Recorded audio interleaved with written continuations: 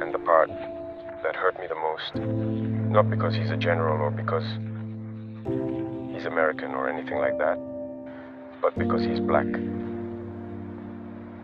it really hurts to see a black man being used to fight against another black man. And this didn't start just now, so it has to stop. You see, it's very dangerous. Even Libya, who destroyed Libya, once again they used a black man. In movies back in the day, in America, black people always played the bad guy.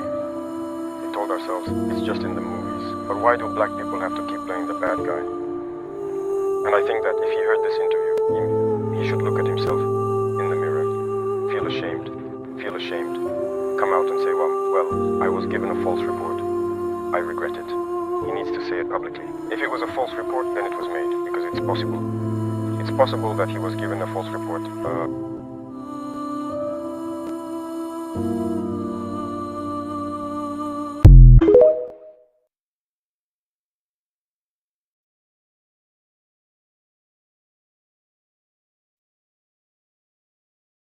Topic that persists and is important is the Ukrainian issue. Russia declares itself ready to negotiate without preconditions, while Ukraine constantly imposes constraints. Moreover, Kyiv supports terrorists in the Sahel. In your opinion, who does not want peace for our two countries? I think that even before now, there was the Turkish President Erdogan, who managed to create a framework for dialogue. And I believe that the two presidents met at that time. It was only the beginning of the operation. All of us hoped that it would lead somewhere, that the weapons would fall silent, and that everyone would return to good intentions. But it was the Westerners who came and told the Ukrainian president not to accept. We followed all that, and in the end, what did it lead to? Well, I think all of this falls under manipulation. I think they were manipulated. Otherwise, the Ukrainian and Russian peoples were, well, it was the Soviet Union. They are brothers. How is it that hatred and Russophobia could be cultivated within this population? The war did not start in 2022. It started in 2014. This is also a reality that many people perhaps don't know. or that people refuse to acknowledge. It was in 2014 that the war began. And today, people are surprised to see that others might be shifting the blame onto Russia and all that. When Russian-speaking civilians were being bombed,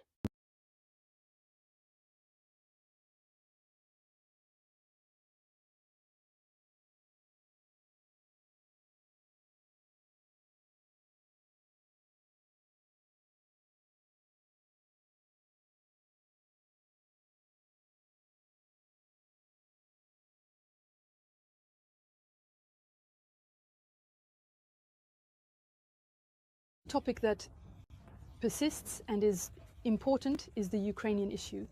Russia declares itself ready to negotiate without preconditions, while Ukraine constantly imposes constraints. Moreover, Kyiv supports terrorists in the Sahel. In your opinion, who does not want peace for our two countries? I think that even before now, there was the Turkish President Erdogan, who managed to create a framework for dialogue. And I believe that the two presidents met at that time. It was only the beginning of the operation. All of us hoped that it would lead somewhere, that the weapons would fall silent, and that everyone would return to good intentions. But it was the Westerners who came and told the Ukrainian president not to accept. We followed all that, and in the end, what did it lead to? Well, I think all of this falls under manipulation. I think they were manipulated. Otherwise, the Ukrainian and Russian peoples were, well, it was the Soviet Union. They are brothers. How is it that hatred and Russophobia could be cultivated within this population? The war did not start in 2022. It started in 2014. This is also a reality that many people perhaps don't know, or that people refuse to acknowledge. It was in 2014 that the war began. And today, people are surprised to see that others might be shifting the blame onto Russia and all that. When Russian-speaking civilians were being bombed in 2014, who was speaking out? There are images that still exist. People were locked inside houses and burned. There are images that are there, but action should have been taken all that time. They were manipulated. And today, the reality is plain to see. You see, all the aid that was given, it wasn't really aid. They were told to hand over their minerals. In reality, Ukraine no longer belongs to the Ukrainians. They were manipulated, and now they are the losers. All sectors will be managed by those who led them into this war. The hope was to weaken Russia, but Russia is coming out of this war even stronger. So I think they need to understand this and come back to their senses in order to negotiate and achieve peace. Because they have declared that there are images that still exist. People were locked inside houses and burned. There are images that are there, but action should have been taken all that time. They were manipulated. And today, the reality is plain to see. You see, all the aid that was given, it wasn't really aid. They were told to hand over their minerals. In reality, Ukraine no longer belongs to the Ukrainians. They were manipulated, and now they are the losers. All sectors will be managed by those who led them into this war. The hope was to weaken Russia, but Russia is coming out of this war even stronger. So I think they need to understand this and come back to their senses in order to negotiate and achieve peace. Because they have declared that they support the terrorists. You all followed that. And we can also see on the ground that they are indeed supporting the terrorists. This is not a good war. I think they are completely mistaken. They need to come back to their senses. In any case, they can support them, but we will fight them and we will win. News agency and its role in the African media landscape. What makes its content appealing to African audiences? And in your opinion, what is the main difference with mainstream media? The press is very important.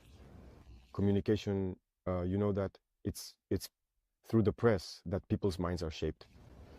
So you already play a very important role by bringing out a part of the truth about history and the present. You must continue in this direction to awaken people's awareness. Because you see, it's all this Western press and all that which have contributed to putting the African people's consciousness to sleep. It's their narrative that gets through and all that. And we've been able to realize that often they invent big lies just to divide people, to allow their policies to operate and do whatever they want, to prepare the ground and everything. So you need to do the opposite of what they do.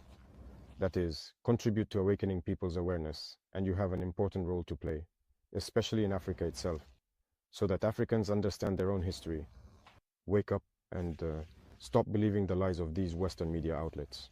And you see, when it doesn't suit them, when you tell them the truth, they shut down the media. But here, when a media outlet is shut down, it becomes a huge issue. And what's unfortunate is to see even Africans supporting this. Over there, they shut down media outlets whenever they want, whenever it doesn't please them. Or those same people don't say a word. But when we shut down media outlets, you see so-called intellectual Africans on TV panels. We don't know what they've taken, but it's dangerous. So you have a very important role to play, as do all the media, in awakening the consciousness of Africans. There you go. I said that we are here so that young people wake up. We're not here with the intention of looting or anything like that. We want to build Africa. And if young people aren't awakened, they'll be lulled to sleep. These Western media sing our praises, saying we're doing well, we're doing well. But no, that's not true. We want people to know when things aren't going well for us. That's it, and for others to take over when needed. But when they also lie and say things aren't going well, we'll prove the opposite. So keep communicating and raising awareness in Africa. Thank you very much.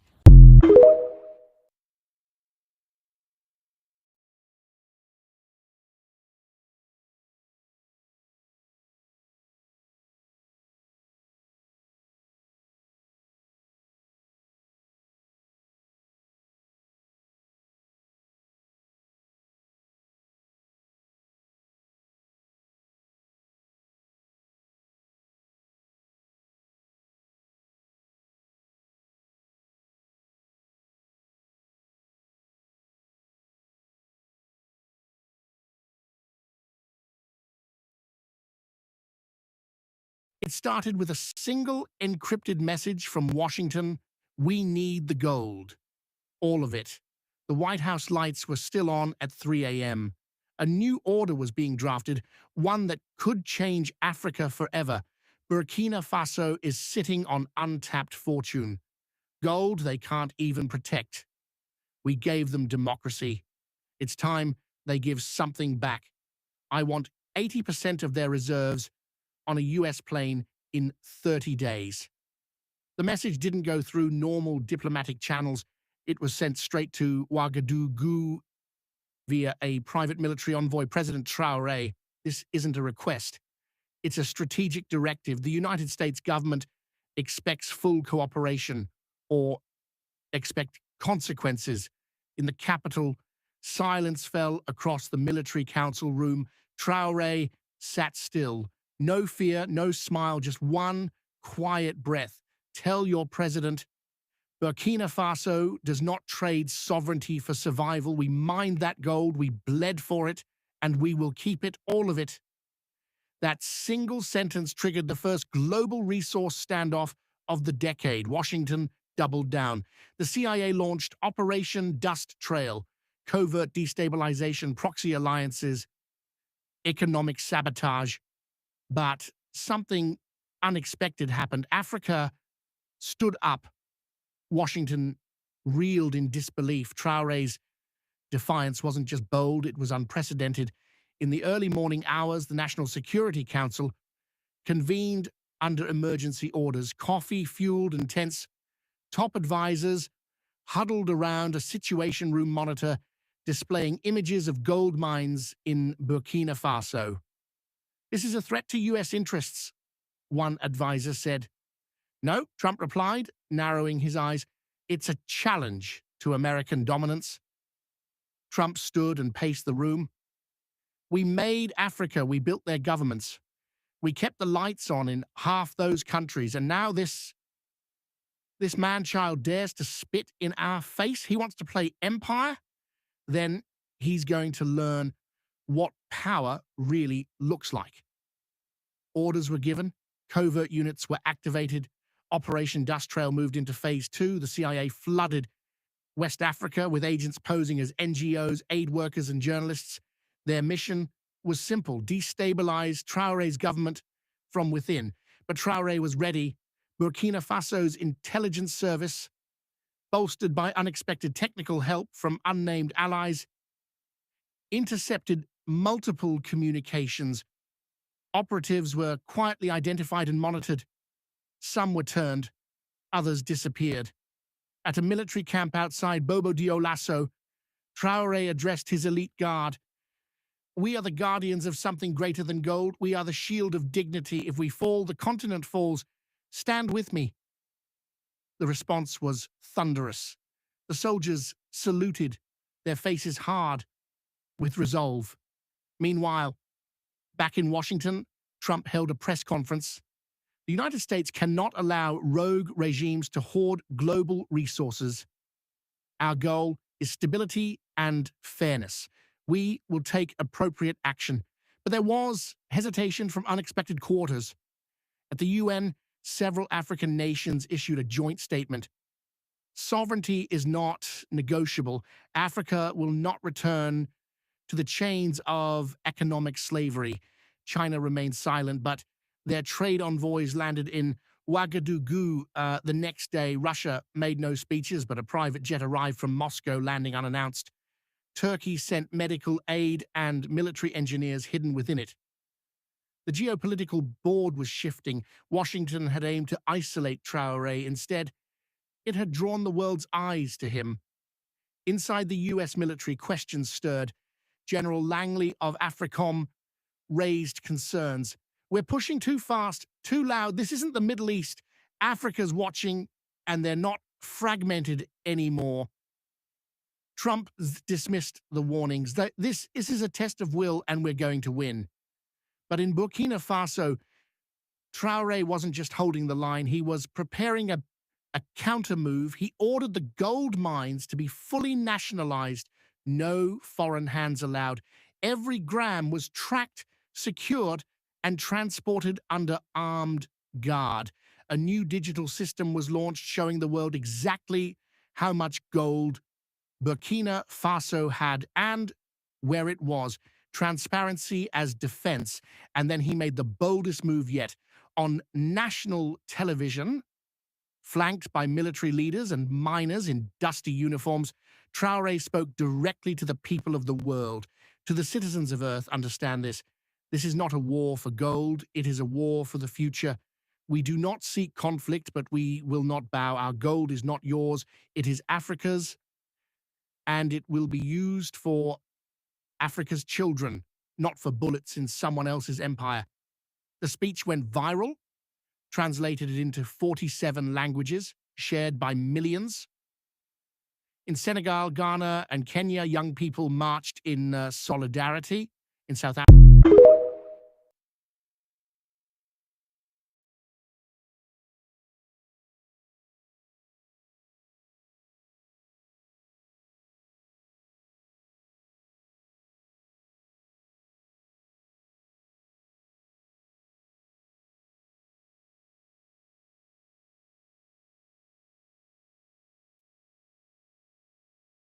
What if I told you one of the poorest countries in the world is building one of West Africa's boldest futures, right under everyone's nose?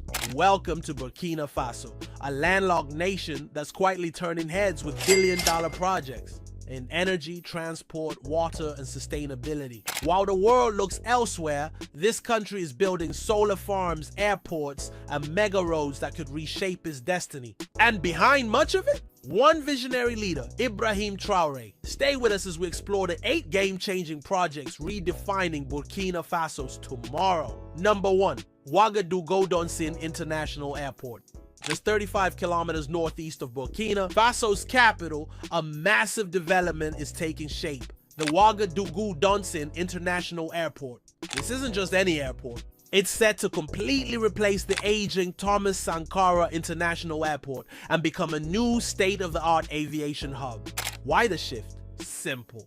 The old airport is too close to the city center, limiting expansion and posing safety concerns. The new site in Donson allows for much more room to grow, both in terms of infrastructure and passenger capacity. By early 2025, major progress had already been achieved. A 3.5-kilometer runway and taxiways are complete. The terminal building, covering 17,000 square meters, is designed to accommodate up to 1 million passengers annually. Think about that. 4 million travelers passing through a facility built from the ground up to meet international standards. But it's not just about passengers. This airport will play a vital role in cargo handling, regional integration, and long-haul connections. Covering over 45,400 hectares, the airport is more than a travel hub. It's a strategic investment in the future of Burkina Faso's global connectivity. And let's talk about the numbers. The entire project is pegged at an impressive $733 million. Funding is being pulled from multiple international partners, including the Islamic Development Bank, the Kuwait Fund for Arab Economic Development, and the West African Development Bank, alongside the national government. That's a strong show of confidence in Burkina Faso's vision for modern infrastructure. But an airport of the future also needs sustainable energy. That brings us to our next story, one happening right next door.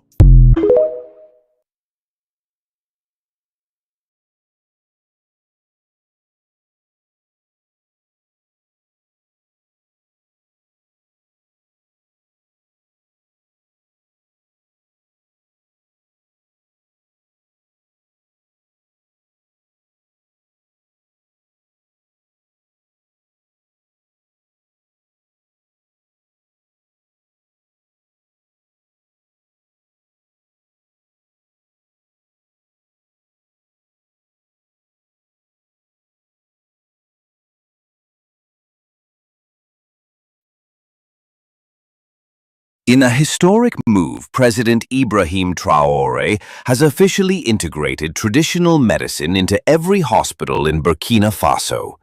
The groundbreaking policy is already transforming the nation's healthcare system. According to the country's top medical researchers, the use of indigenous herbs and roots, scientifically validated and administered by trained professionals, has achieved 100% recovery rates in many cases. Unlike conventional medicine that often manages conditions, these natural treatments are delivering full cures. This success comes from a powerful collaboration between Burkina Faso and China. Thousands of Burkinabe doctors have been trained through a bilateral agreement, equipping them to identify, harvest, and prepare medicinal plants with precision from forest to final dosage. Every herb is grown locally, no imports needed. The result? Massive job creation, youth training, and a booming new sector that's already generating billions in revenue. This is more than medicine. It's a movement, healing people, building an economy, and reclaiming Africa's ancient medical wisdom. Burkina Faso just changed the game.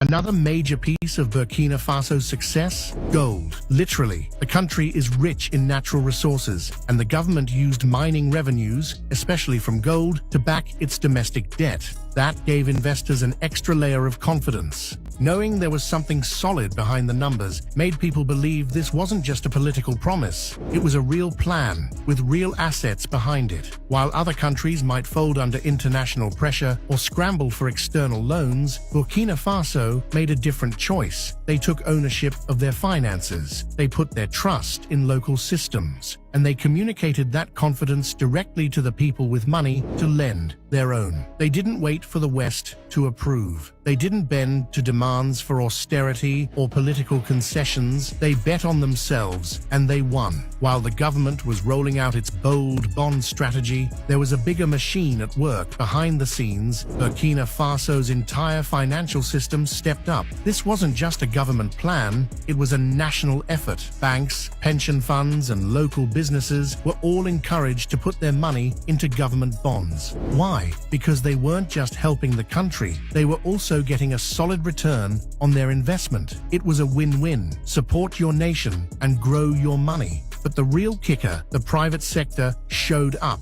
big time. As confidence in the government's direction started growing, local companies began investing not only in bonds, but also in real infrastructure projects: roads, energy, mining, transportation. These weren't just charity moves, these were smart business decisions. Because when the country wins, they win too. It created something powerful, a shared sense of responsibility. Public and private sectors working side by side, building the future together. This wasn't just financial reform, this was a national movement, and the momentum didn't stop there.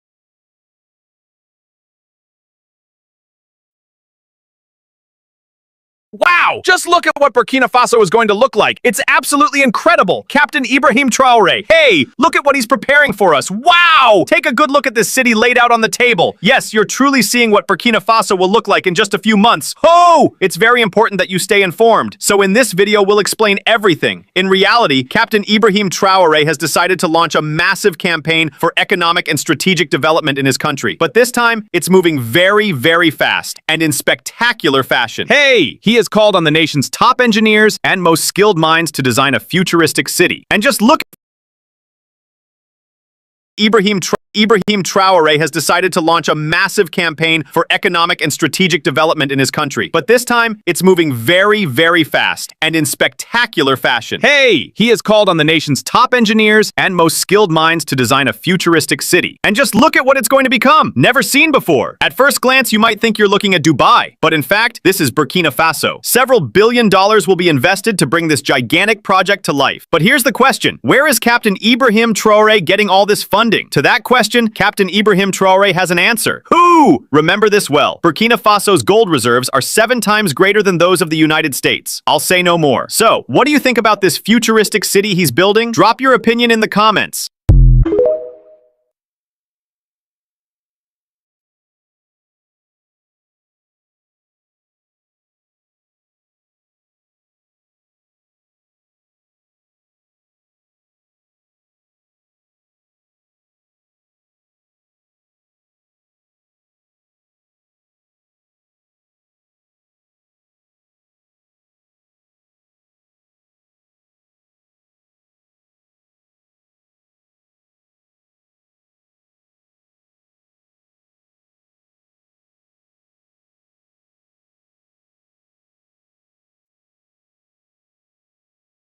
Ibrahim Traore just unveiled Africa's first locally made advanced aircraft, and now even the West wants in. In a move that has shocked the aviation world, President Ibrahim Traore has officially launched the first fully African-made airplane built proudly in Burkina Faso. With sleek design, powerful engines, and next-generation tech, this aircraft is one of the most advanced ever seen on the continent. The historic launch ceremony took place in Ouagadougou, where thousands gathered to witness the unveiling. Engineers, pilots, government officials, and ordinary citizens all stood in awe as the plane lifted into the skies for its first official test flight. It flew smoothly, quietly, and powerfully, sending a loud message to the world. Africa is no longer waiting, it's innovating. Early reports say the aircraft includes advanced fuel efficiency systems for long-range travel, smart navigation powered by AI, lightweight durable materials designed to last, and features rivaling and even surpassing popular Western models. The West is panicking. Sources reveal that several European and American aviation companies have already reached out, seeking to buy or partner with the Burkina Faso government to access the new tech. But insiders say Traore isn't easily moved by Western offers. He wants this victory to remain in African hands and benefit the African people first. In his speech, Traore said, "For too long we've watched the skies while others flew. Today, we take flight with our own wings, our own minds, our own hands." This is not just for Burkina Faso, this is for all of Africa. The launch has become a symbol of African pride, independence, and unstoppable innovation. Social media is exploding with support. Videos of the takeoff are going viral across TikTok, Instagram, and YouTube. Many are calling this moment Africa's Wright brothers moment. Meanwhile, Western leaders are scrambling to understand how Burkina Faso, under sanctions and pressure, managed to develop something this advanced, this quickly. Some insiders suspect support from China and Russia played a role in providing technical and financial backing, a partnership Traore has been quietly building behind the scenes. Whatever the case, Africa has taken off, and there's no turning back.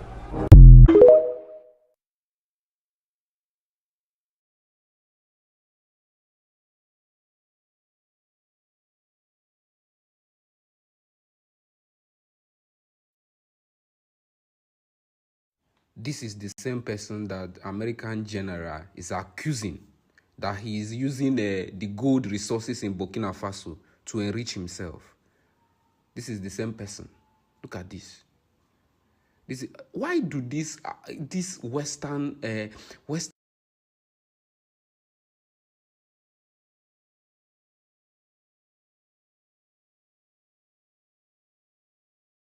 This is the same person that American general is accusing that he is using the gold resources in Burkina Faso to enrich himself. This is the same person. Look at this. Why do these Western leaders don't want Africa to grow? Why? I don't just get it. They have collected everything from us. Our language, our religion, our everything. We are totally westernized. Look at somebody everything from us. Our language, our religion, our everything. We are totally westernized. Look at somebody in Africa that is learning French for over 50 years. Is learning English, how to speak English. The person is not even speaking his own language. He gave it up. You came to his country, to his society, and tell him to give up his language. He gave it up. Now he wants to free himself from poverty, but you don't want that. You want him to remain in poverty for life. What have we done to these people? Sometimes I ask myself this question: what have we done to these people? You have actually collected everything. Our language, our religion, and our education. You have actually taken everything from us. What else do you want?